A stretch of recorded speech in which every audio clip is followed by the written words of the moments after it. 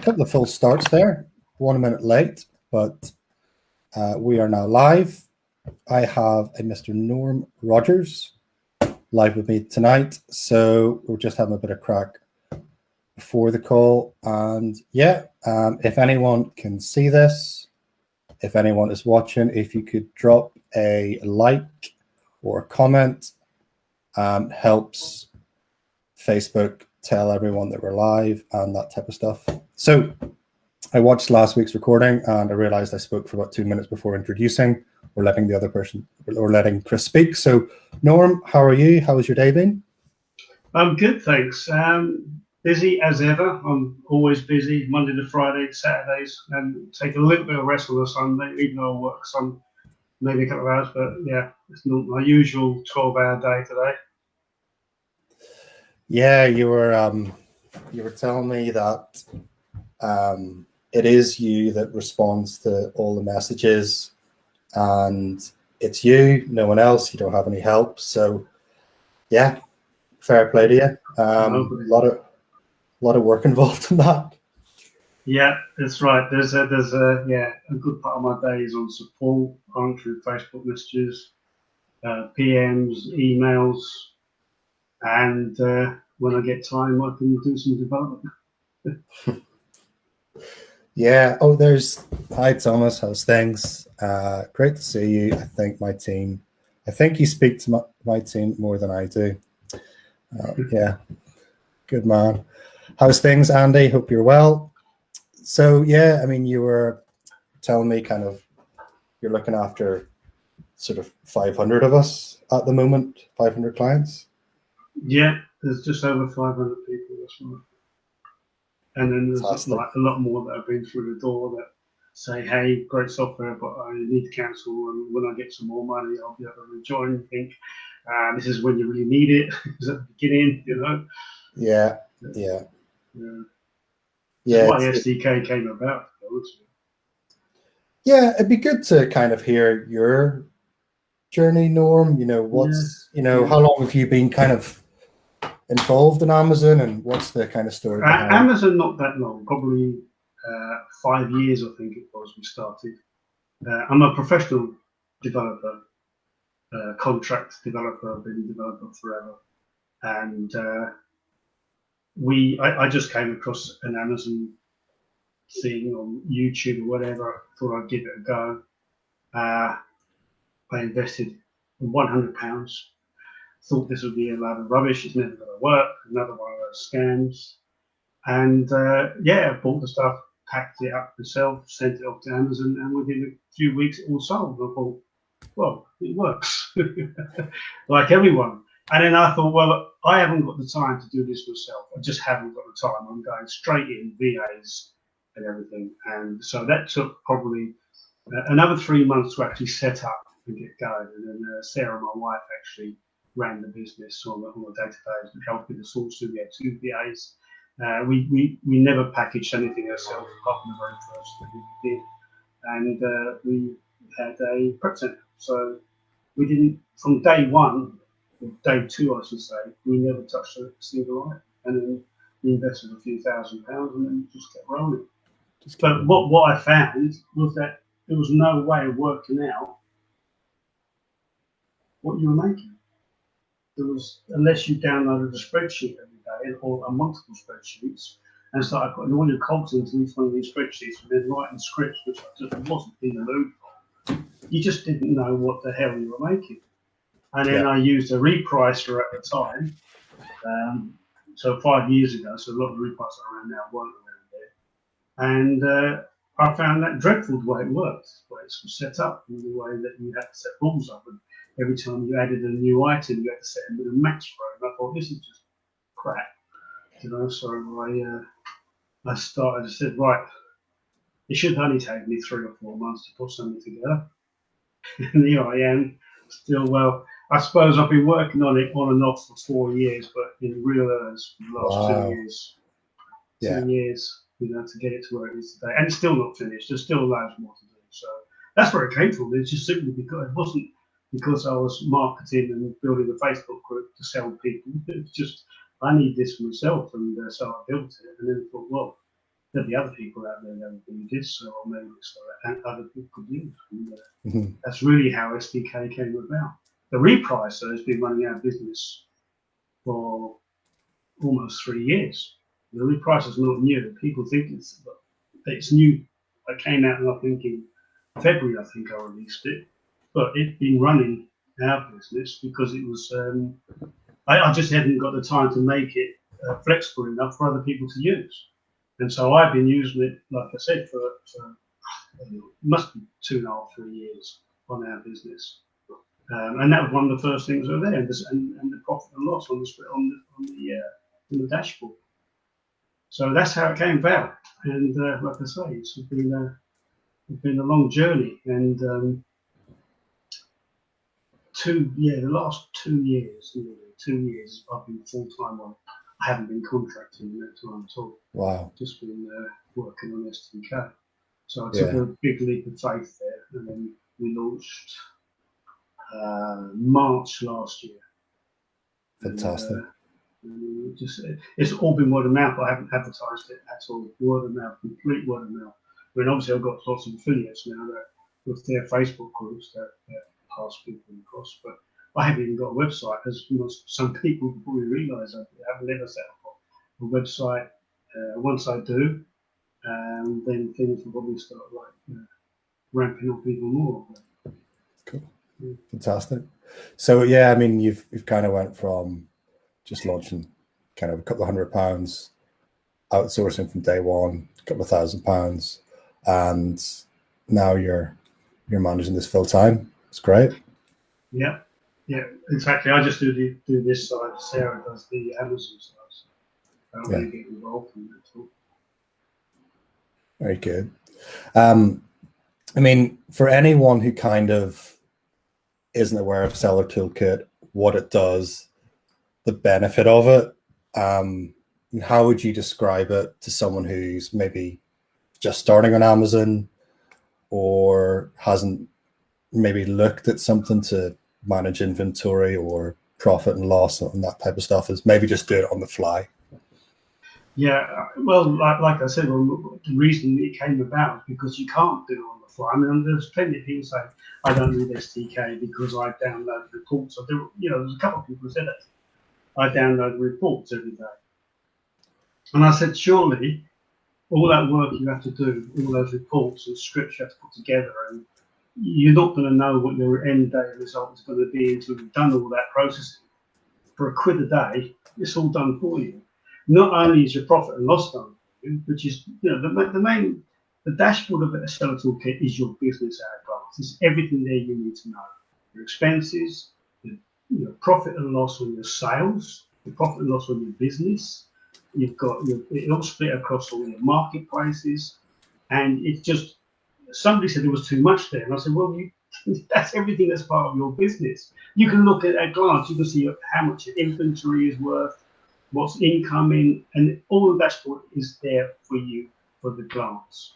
Then on top of that, then you've got your inventory management. You've got manual price changes.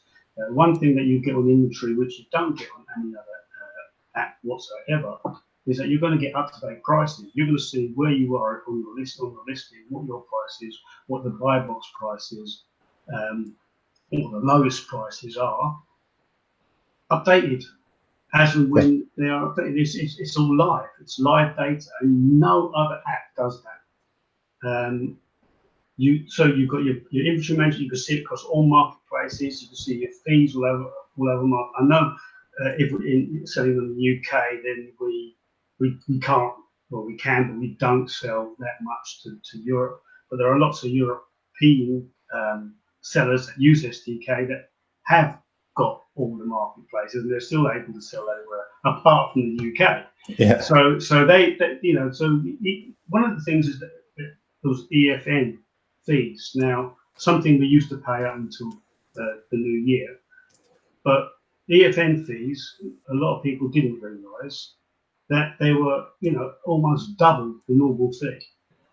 And when I first fired up Seller Toolkit, what I found was that we were making losses on a lot of our European sales, we're actually making a loss on. And we thought we were doing really well because we were just looking at all we had from Amazon was, oh, we sold, 300 quid's worth today. Oh, well, that's probably going to be around 30 quid profit. But then when Seller Tool came up, I said, hang on a second, that was actually 15 quid profit because you make so much of a loss on the UFN sales, which was a bit disheartening. And that's one thing that a lot of sellers, when they first started using SDK last year, was, I'm so glad I got SDK because I didn't realise how much money I was losing in my European sales. So you still got that with the European guys will see that now. Maybe when the UK something will get sorted out so we can start selling again in Europe. But there was that side of it. So you've got that side of it. So you've got your sales, you've got inventory management. And the other thing that I needed was we used to like type into a spreadsheet, we want to make 20% ROI or a pound profit. That would then calculate the price. Then we have to type that price into SC. So I built that into Amazon, into SDK, where you can just type in whatever ROI you want, it will calculate the price, or the profit, it will calculate the price, do save, and it sends off the price to Amazon. So because everything we needed was put into SDK, so because we needed it, and I'm sure that anybody else would need it also. And I know a lot of people make a great use of that. So you've got that side of it. Obviously, all your orders, and your orders will split up based on whether they're pending, shipped, removal orders. You've got everything just quite neatly set out, all of your filters. You can see exactly how much you made, cost of goods. It takes into consideration your VAT when you're VAT registered, or if you're flat rate registered. If you don't pay VAT on fees, it's got all the different settings for those. So what you see on your profit and loss is your exact before tax profit. Everything's everything's there. People still ask me actually, they say, "Is that profit and loss take off the fees?" Yeah. Does that profit and loss take off the VAT? Yeah. It's like that's your net profit. Yeah. That is your gross profit. That's your gross profit before you pay any tax. Yeah. And so you've got that. Then you've got the replenish process. Now I don't know if you use the replenish process at all. There's a online replenish process, and there's a replenish report. Now this was put together with a multi-million-pound Amazon seller. Now, I already had the bones put together, but he joined Seller Toolkit because he wanted a decent replenish process. So a bit of input from him, and that's how we came up with the spreadsheet. Wow, right, okay. Yeah. He joined a long time ago. He sells millions. He eats up my database. He eats up my CPU, and that's what he wanted SDK for this replenish. So everybody who uses Replenish, most people absolutely love the Replenish process because it's so easy to use. It's just there in front of you. It tells you exactly what you need to do. It's already sorted for you. You don't have to do anything apart from enter how many you want to buy, especially on the spreadsheet, and it's going to say you need to buy this many. It's going to tell you exactly how many you need to buy. It's not using Amazon because the Amazon restock process is just BS. It just does not work. It's just based on their crap, because I've looked at that and they've said we need to replenish something, like buy 30 items of something which we sold one of last month. So where does that come from? Whereas you've got different averages on the replenish process that you can use, and your big seller, small seller, that kind of thing, and then it will tell you what you need to buy. So there's that replenish. Then there's the amazing, which I have to say for myself, is the reconciliation process. Well, yeah, I mean, yeah, it's worth it really just for that. I mean, there's a comment from someone, let me just check. Love SDK, got £200 of reimbursements back this month. Hanson Pollitt. So yeah, exactly. I mean, does that pay for no, it doesn't quite pay for the year, but it pays for 2/3 of the year. So you're not but as you go on through the year, you're going to be getting more and more of these. It is unique. So, I had one person say it's not unique. So does this. I said, no, it doesn't. It does not do it. There's no other app out there that will give you the reconciliation and tell you exactly where all your stock is in the way SDK does. it will not be able to tell you exactly what reimbursements are overdue. Because what all the other apps do, I don't know if you ever did this, where you used to download the inventory, what's it called? Inventory movements. I can't remember what it's called. Inventory movements report. And you used to then filter on M, D, and E for the reason. Right, and then okay. you get, if you did that like once every 3 months, which I was doing, you'd then have, say, 100 items on there. You'd then have to cut them down to 5. So you'd have to build 20 spreadsheets. That's right, yeah. And send each one of those as a separate case to Amazon. They'd come back and say, no, you're not due anything on that. You're due, you're due something on that, not on that. And so it was just a hit and miss, a total hit and miss. That you would never know whether you were owed anything or not. And when it came back and said, you're not owed anything, you had no fallback. You had no way of working out whether you really were or weren't. Yeah. So when I put SDK together, the reconciled SDK, which would have been, when it was starting, it was probably about 2 years ago. When I first ran it, I then started setting up cases for items that they'd already told me weren't reimbursable, and I got reimbursed. Wow, yeah. So all the apps that just use, and we know all the other apps, and even the services just use the inventory adjustment report. That's what it's called, the inventory. They just use that. It's just a fancy way that they just use that same thing, DME, and then they'll just set the case up because they'll do the splitting it by 5 items each to send them off. And then you still, when they come back and say, no, you're not doing anything, you're still left helpless because there's no, well, how can I do my own inventory reconciliation? There you go, right in front of you on SDK, it'll say, you've got 5 items missing, and it also says that there are 5 reimbursements due. That's high probability you've got 5. So that's what I've got. I've got high probability, low probability. Low probability is where it's SDK saying you've got a reimbursement due, but there's none missing. Everything tallies up. And this is just a reporting error from Amazon that SDK can't figure out. So it says, give it a go. Try it. If they come back and say you're not owed anything, well, at least you know you're not owed anything. But on the 5, where it says you've got 5 missing and 5 reimbursements, they come back and say, we tallied up and you're owed nothing, then you've got something to fall back on. Because you now can go back and say, no, hang on a second, I want this looked into further, which is I do a lot. When I first started doing this, I had an email trail case that the email trail went on for 23 back and forth until I got my money. Because I wanted to prove SDK right for a start. So I just did not stop. No, not accepting it. And in the end, the manager, I said, I got hold of the manager, and he said, you've been reimbursed. Now, he might have been fed up, but I doubt it, because SDK was saying that was due. And I had hundreds of pounds returned as well when I first started using it. But even though I'd been using the manual inventory adjustment process for the year or 2 years before that. Yeah, I went back and claimed all that money back. So that's another huge part of SDK. And that it's massive. It really is. Like you say, that if you've got a big enough account, that easily pays your subscription. Every month, because you're going to have Amazon don't reimburse you on everything. They reimburse you probably on 90%, and that's fine. But it's the 10% that they've done and they completely forget, and that's where SDK comes and says, "Hey, Amazon haven't reimbursed you.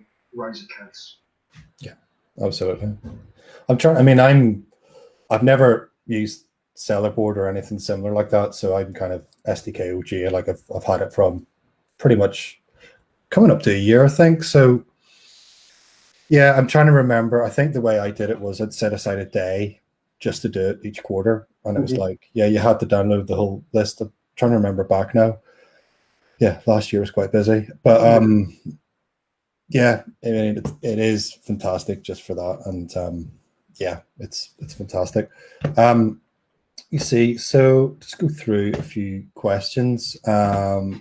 So Andy Henry, I love Seller Toolkit. It's the main tool I use to track my Amazon business, including repricing, reimbursements for lost damaged stock. The whole flow revolves around using it. I would say as well, I was looking at something like this because obviously the business is growing, and yeah, you don't know how much profit you're making, which is crazy for running a business on something as gargantuan as Amazon. You'd think you could upload your cost of goods and it would all be there and it would help with VAT and things, but as with Amazon. So I mean, the other thing to say about Seller Toolkit, if you compare it to something similar like Seller Board, the actual UI, the way it's laid out, the colors that's involved, it's night and day. It just looks so much better. And then you added the dark mode as well recently. I think that was just before, was October. that June? October, yeah. Yeah, so it's yeah, it really is a great bit of kit. Eamonn McCaffrey. So here's one. This is kind of gonna tie into what we were talking a little bit about before the live norms. So we can kind of get back talking about that in a minute because it's interesting. So yeah, do you have a dummy's guide as to how to set up the repricing rules? I've tried to follow the instructions at Seller Toolkit and have set up some rules, have set some rules up, but this dummy is struggling to understand what I need to do. I have actually turned the rules off quite a lot of my products. So what would you recommend for Elaine in that instance? The rules are a lot more simple than you give yourself credit for, because all you're really doing with those rules is saying, look, you've got basically two elements. One, who are you going to compete with?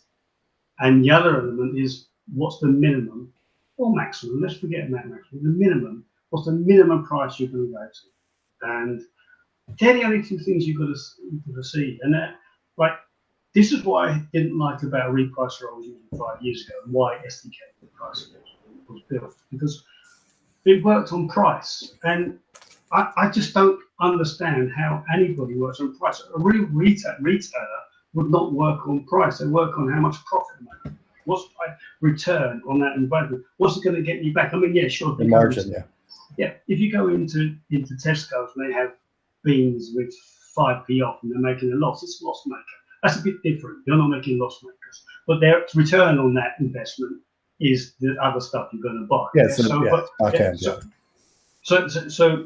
but with Amazon, each item is you're going to sell based on a price. No, because that prices are going to change all the time anyway. Your ROI is going to change if it's on a replan. Your replan could be that you bought the item for £10 last week, and this week is £12. But if you're working on an ROI, then your price needs to go up.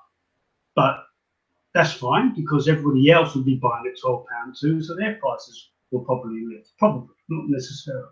So you're looking at, who are you competing with now? If you're let's make the assumption that we're all prime. We're selling prime items, so you need to really be setting your price to the lowest prime. So you want to match the lowest prime. If you match the lowest prime plus a penny, for instance, you're not going to get buy box. Buy box doesn't say, oh, he's a penny higher, I'll go to him. It won't. It will stay at the lowest price. And you've then got the FBM seller. So the FBM seller can be lower, and he needs to be lower than prime to make sales. He has to be lower than prime to make sales, because he can't deliver the next day. I'm not talking about seller fulfilled prime. Seller fulfilled prime is exactly the same as prime. They're treated the same as prime. They get the buy box the same as prime. FBM will only get the buy box if they're by a certain margin cheaper than the lowest prime price. Prime get the priority over FBM. But if FBM is 15% lower then lowest prime price, FBM gets the buy box.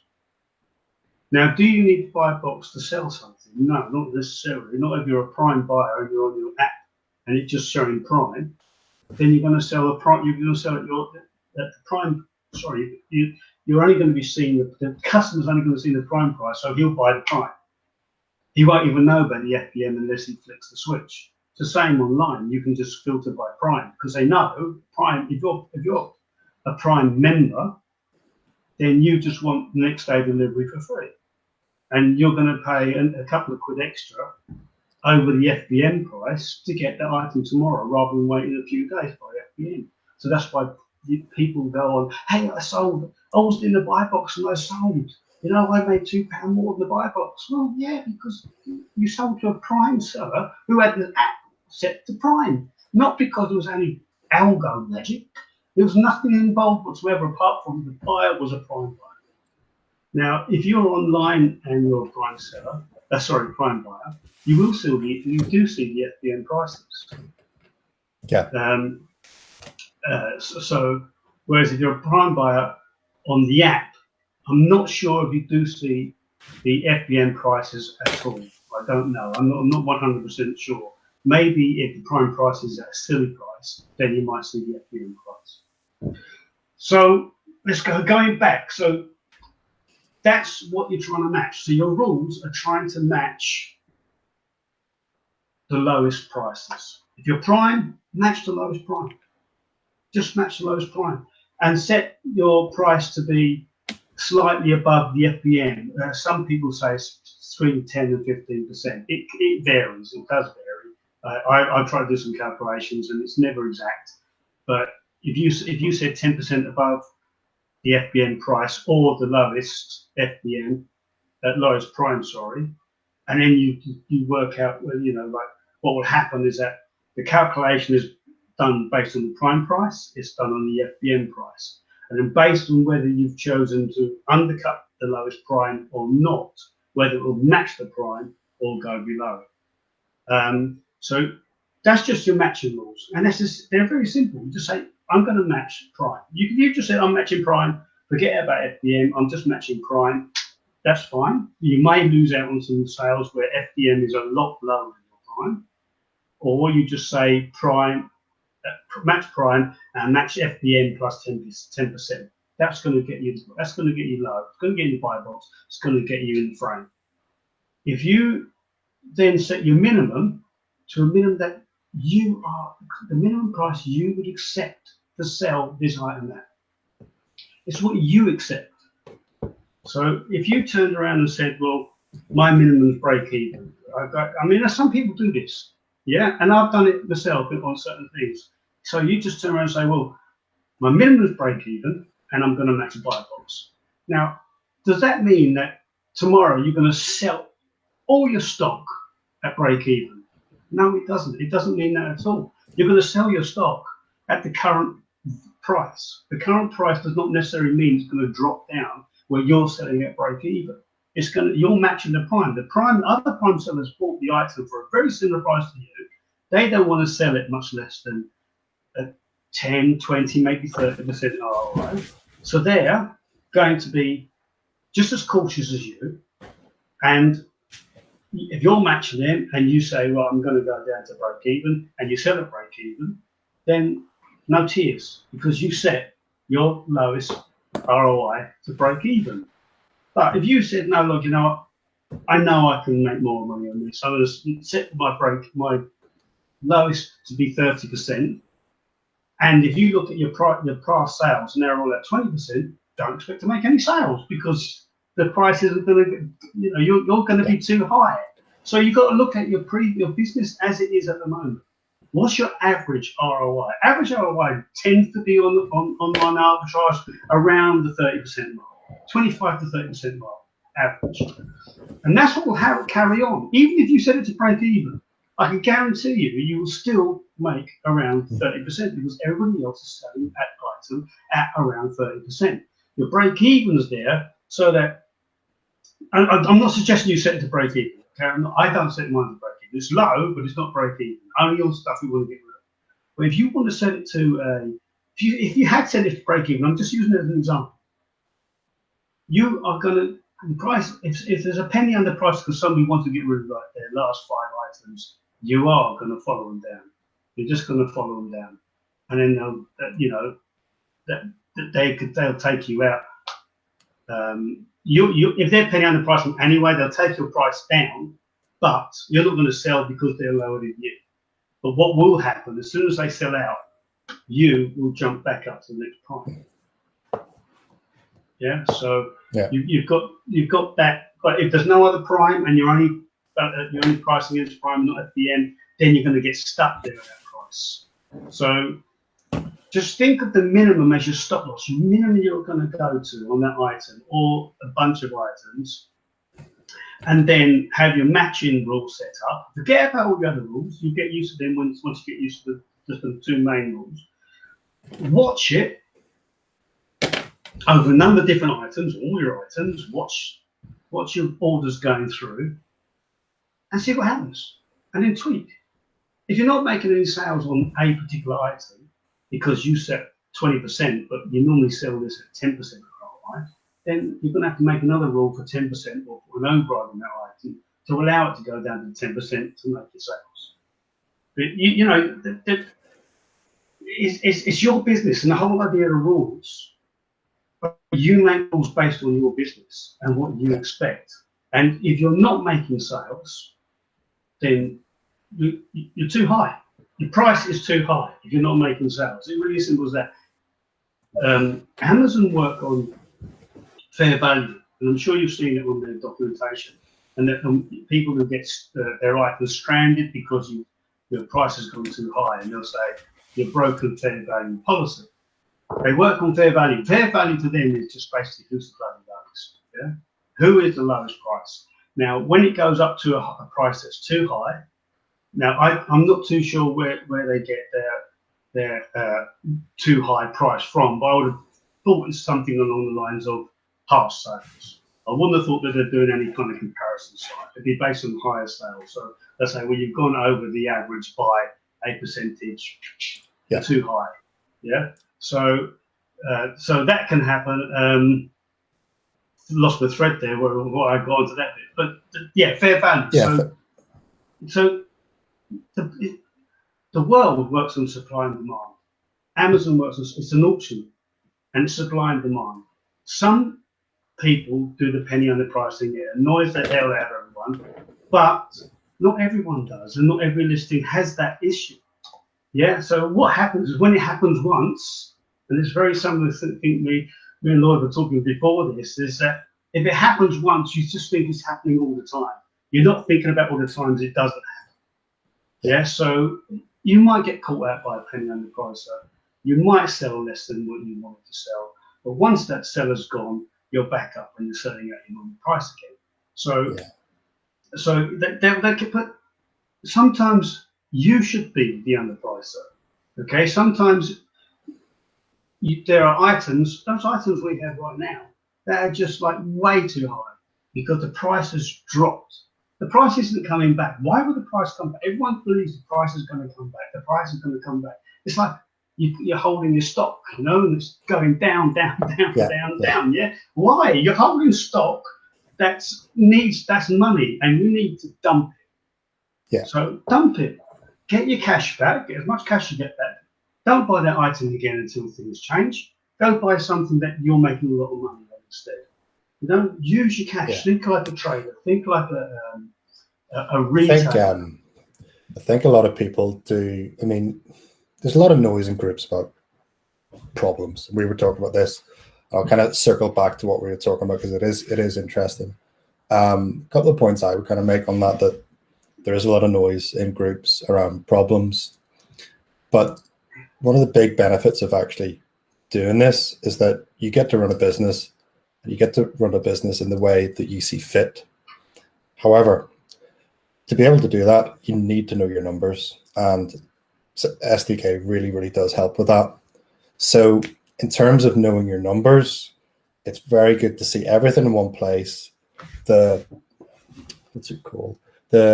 Where it shows you how much actual money you've got tied up in stock, the resale value, and then your ROI on that is very, very powerful, because you can say, right, I've got too much stock sitting there. I need to look at stock that needs to be cleared out, that type of thing. So yeah, it was Elaine, I think, asked that. I hope that answers your question, Elaine. So yeah, the Dummies Guide. I would give yourself, that's my mum's name. So my mum's called Elaine. So yeah, give yourself a little bit more credit, Mum. Sorry, it's a bad joke.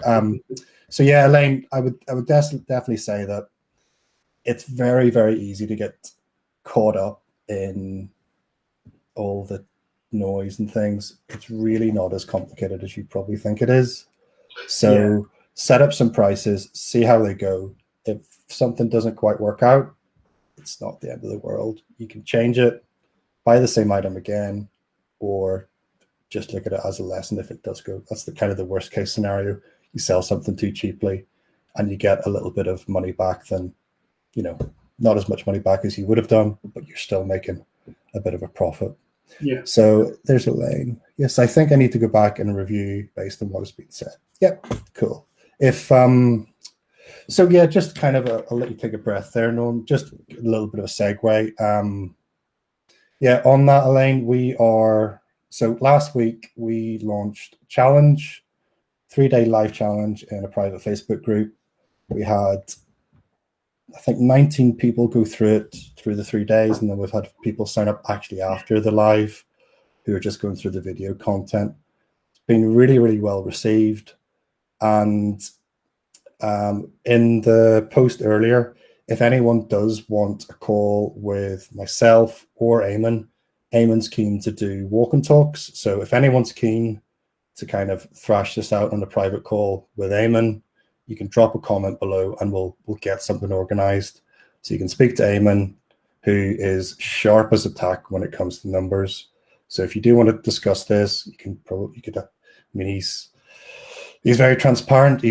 I don't think he would have any bones about coughing up how he reprices or how he looks at things. So if you want to organize that, you can drop a comment below and we'll get that organized. And just to kind of circle back to what we were speaking to earlier, the last day of the challenge, so it was the 3rd day, we did it's called like a mindset reset, a few exercises and a few kind of things to kind of get your mind thinking. And one of them was around how basically it's very easy to see the things that you focus on. So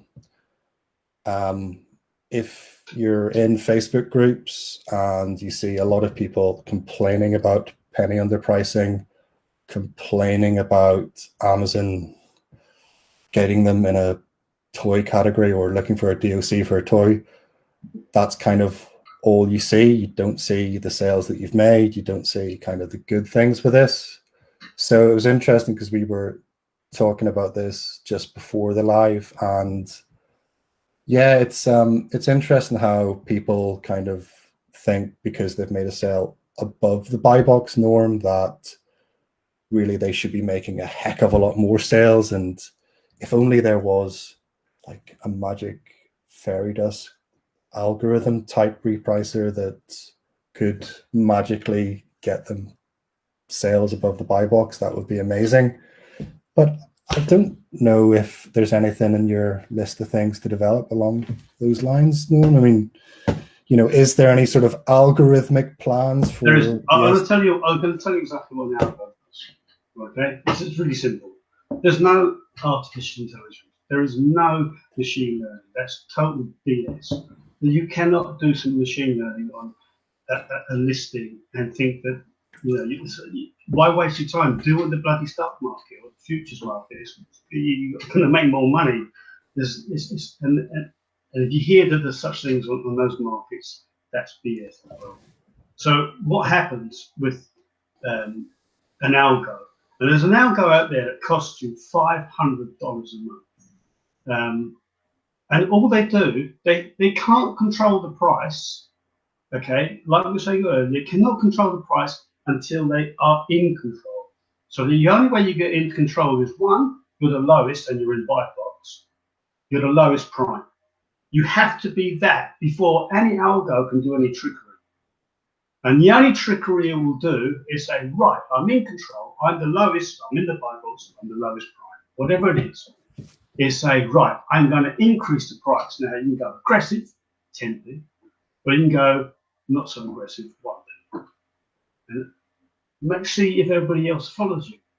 Now, if you've gone up 10p, pound, 50p, whatever it is, you're now stuck up there. And the guys underneath you who didn't move are making all the sales. You're not, you're up here. They're making all the sales now because you moved out. You got in there, you were about to make a sale, and then you said, we've got to control it to get out of the buy box. Dumbass. So what happens then is that repricer's got to think, well, when am I going to go back and get that price? And it'll come down and get the price. It gets control. What's it going to do when it gets control? It's going to pop back out again. Pointless. And that's all an algo will do. It'll just keep flipping around. Sometimes it will work, but you'll be losing sales. So you might make an extra 50p on your item for one sale, and the other guy who's remained in the buy box most of the time made 10 sales. He's made a fiver. You made 50p. So that's all an algo does. You've got to be down there and playing around. Now, I've said it to a few people, I'll put something together for those who are non-believers, and I'll put in something in there that's you can set the rules yourself. So you will decide how far up you'll go once you get in control. You decide how long you'll stay there before you go back in the buy box. And I'm only doing that for the few, and I'm talking very, very few people that have asked for it, or people think that it's missing from this SDK. And I'm talking less than a handful. But it won't take me much to put it in.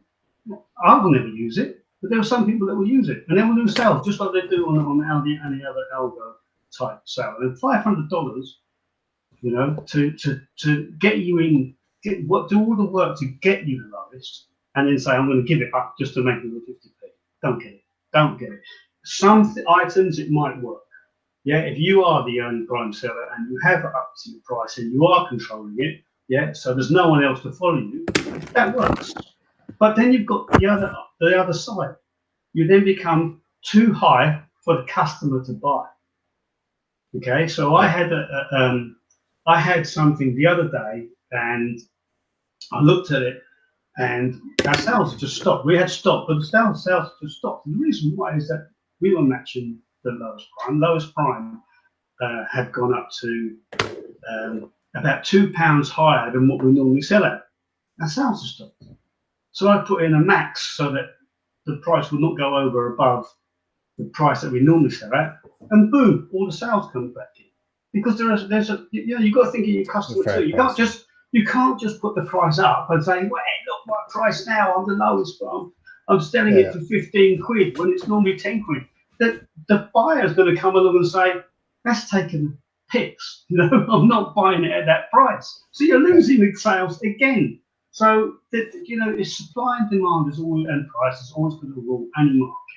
And so, yeah, you can go up and say my breed price is great. It priced me up at £15 because when it normally sells at £10. Yeah, are you going to make more sales at £15 than you would at £10? No, you're not.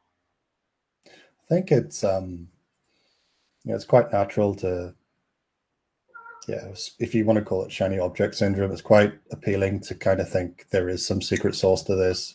There is, these wacky methods that kind of shortcut all the hard work and kind of shortcut all the competitors out there. It's very appealing to think that. But there really isn't. There's a lot of hard work that goes into it, and it's kind of how I've played around with prices. Like I said, I've been using the new price for SDK Repricing. It's actually been live in our account for around 3 years, and I played around because I wasn't too sure about the hype that was going on, but I'm bloody sure now that it is all hype. Let me just go through some of the myths. Okay, some of the other myths is that there's a buy box for an area. There's different buy boxes for an area because you are happen to be near a fulfillment center. That's rubbish. There's only one buy box. I might have spoken about all the others. Let me have a look. So just to kind of be clear what Norm's talking about, there are kind of thoughts that you would get the buy box ahead of someone if, say, there's Belfast is a bad example, but say I'm in Manchester and you have your stock in Manchester and you're priced £2 higher than someone who's got the buy box and their stock is in Edinburgh. You'll get the buy box because that person in Manchester is closer to your stock that's more expensive in Manchester, which doesn't work like that. It certainly doesn't. And it's easy to explain it away as well. I mean, who is Amazon's main focus? It's not the sellers. It's them for making money. It's the buyer, the customer. Now, can you imagine that a customer is presented with an item for £25 when there's another prime seller for £22? I think there would be an outrage. I think Amazon would be in a lot of trouble if that was going on. Absolutely. And the other thing to remember is, if you want to call it economies of scale, Amazon's logistics are pretty sharp. So this isn't, you're not buying from Corner Shop, who's maybe got a corner shop in Manchester and one in Edinburgh, and it makes sense for Manchester to ship it. They've got, I can't remember the last time I was on the road and didn't see an Amazon van or lorry. They've got, their logistics is super, super tight. So, they can, it's not just one item they'll be bringing down from Edinburgh to Manchester. There'll be lorries. So they'll work it out that way. So that kind of myth is officially busted by Norm. So thank you.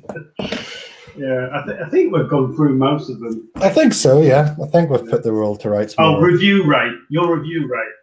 Okay, that's interesting. Yeah. Okay. No, nothing. And I'll tell you again, because so if you're a seller, they can't turn around and say, well, I'm not going to give you the buy box because you're rubbish. Your reviews are rubbish. That would mean that a new seller wouldn't have a chance.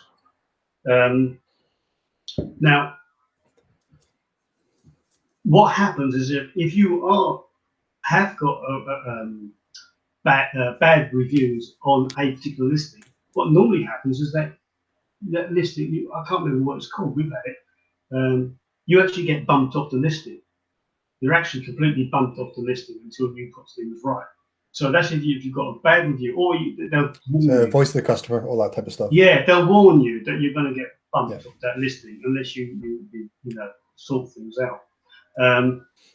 So you'll be at that point. You can be eligible to get the buy box. You can still make sales, but they won't give you the buy box. But you've already had a warning about it, and you've got to sort things out. Everybody else, and if you look at all the star ratings, anyway, most of them, you'll see that they're not much less than 4. They're 4 or 5 on most listings. If you see anybody less than that, they may not even be eligible for the buy box in the first place. And then everybody else is just not allowed to sell on that listing. So reviews, I can't see how that makes any difference whatsoever, because again, it's price. So if maybe if there was 2 of you at the same price and one had 4, one had 5, I don't know. I doubt it. I've not seen it. I've done a lot of. I've downloaded tens of thousands, probably hundreds of thousands of price changes into spreadsheets over time and looked at them, and it's always the lowest prices that are getting the buy box or the lowest price prime. Even by a penny, you're not. If you're above something by a penny, you're not getting it. You might stay there. If you people might be saying, "Oh no, I've seen it." I've seen. What happens? Amazon may sometimes be a bit slow to change the price. So if you're a penny higher than someone else, you may retain that buy box for a very short period. And what I saw was about 2 or 3 minutes before Amazon come in and reshuffle it around back. So that the penny, you're a penny above, you're not going to get the buy box. You can't. Amazon won't do that. Amazon, are not even for a penny, they're not going to say sell something to somebody, because at the end of the day, they're screwing over their customers, even by a penny. And some people will moan about that. Quite right. Absolutely.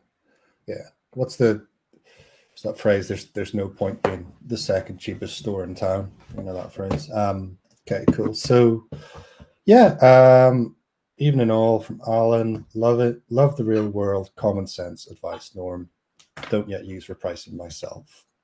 It's interesting to know why, Alan, if you're not using a repricer or not currently repricing. Joanna Escalante.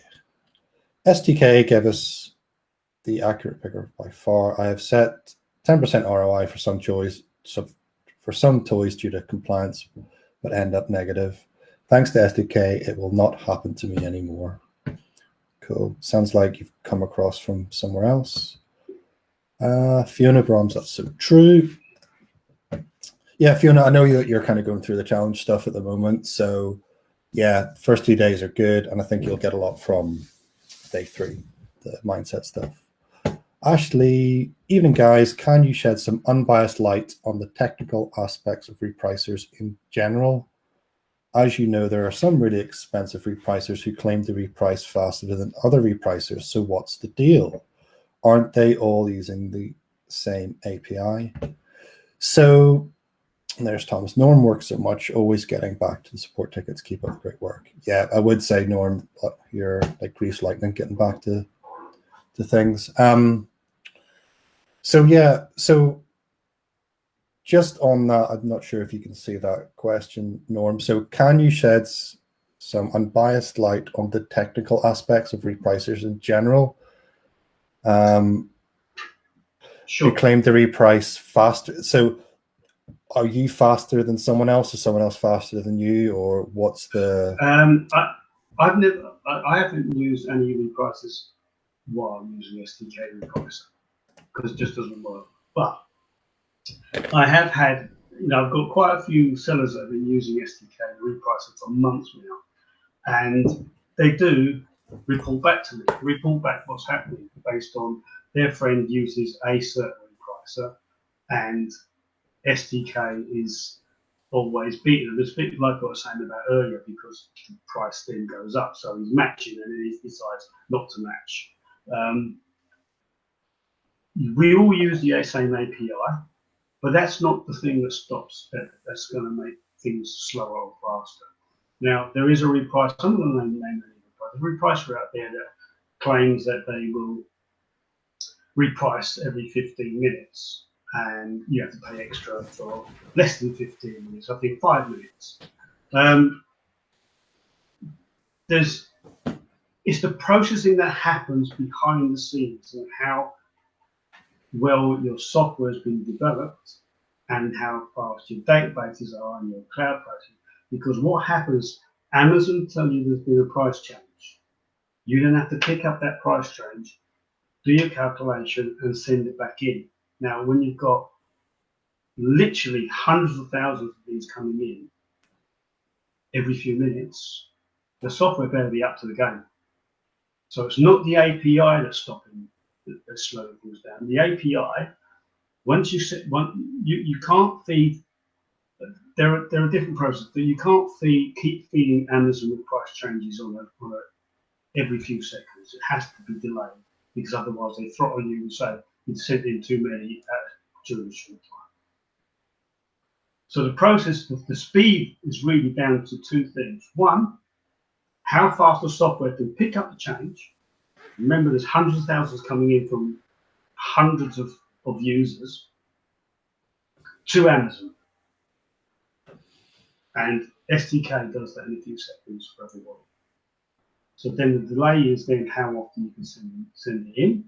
And then the next delay is how long it takes Amazon to actually change the price. Now, I've seen Amazon change the price within 30 seconds. I've seen it take up to 5 minutes. Generally, 5 minutes is about the longest.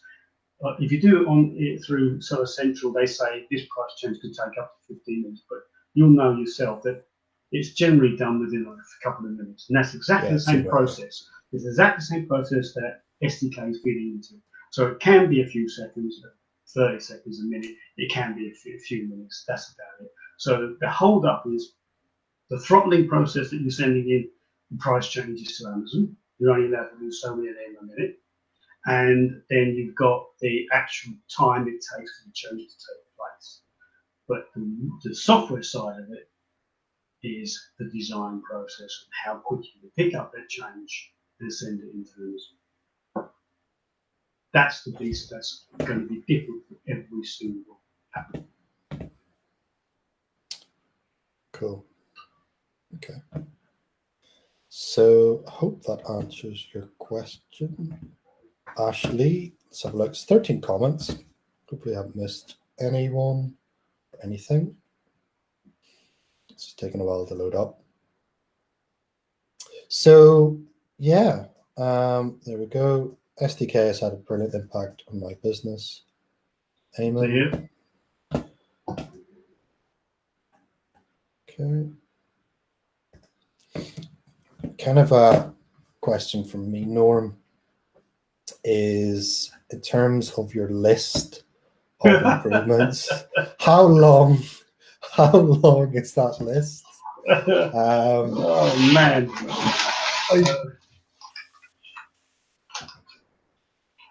Where is it? Holy moly! Wow. Pages and pages and pages, and most of these pages are like full. Each line is a piece of code that could take 10 days, Wow. 10 hours. So Wow. there's tons and tons of stuff coming, tons of stuff. What's at the top? What's top of the list? More reprice conditions at the top right now. One of the things I'm working on as a high priority is the ability to download your own invoices, because I get so many invoice requests and I haven't set up anything up. And so the invoice requests I get every day, probably spend about an hour doing invoices. So I've stopped everything and said, right, I'm going to build this process so you can download your own invoices. That gets that job off my back. Some of the other things that are coming along is some integration with, we've already got a bit of integration. SAS, we're building some more integration. I've got some work to do there where you can punch in your rules and minimum maxes when you actually scanning something, so that it will come through to SDK. Okay. So that when you're buying anything, whether out and about or on your laptop, whatever it is, you can set it there and then, so, and then it will come through SDK. And then once that you add that item, it will apply those rules and stuff to the items. There's a few other things on SAS, I can't remember one of us we discussed the other day. And USS, Ultimate Sourcing Sheet. I know some of you use that from Thomas Parkinson. What we already, they already allow the SDK cog sheet to be uploaded to USS. Yes. That then creates your cog sheet, and then you reload it back up into SDK. We're trying to get rid of that process, so you just press a button on USS, and then it does it all for you in the background. Cool. So you don't have to download that. Cool. Yeah, that sounds great. I mean, what is it to say about systems? A system isn't perfect when there's nothing left to add, but when there's nothing left to take away, I think that's the phrase. So yeah, if you could take away step, and if you could take away those invoices in your day, Norm, I think that would give you some time back as well. So yeah, I'm sure. Cool. Well, I think we're coming up to an hour, and I think that's kind of everyone's questions asked and things. So I will end the live shortly. Thank you all for coming on. It's been fun. Hope you guys have got something from that. If you're maybe late on or watching a replay, if you want to drop a question below, or if you want to get onto a call with one of us, Eamonn's looking to take more calls on between things next week. And then, yeah, that's kind of us. So thank you guys for joining in. And yeah, Norm, if there's anything you want to kind of cover before we finish, or I've said enough. You said enough. There's tons. There is. I could go on and on, I guess, but no. But it can't. Well, we'll have another one. We'll have it. We're planning something quite cool in a few weeks' time, I think. So, yeah, keep your powder dry for that, Norm. Okay, we'll do. Cool. All right, mate. Well, listen, thanks again. Thanks, guys, and speak to you. Thank you. Speak to you soon. Take care. Bye-bye.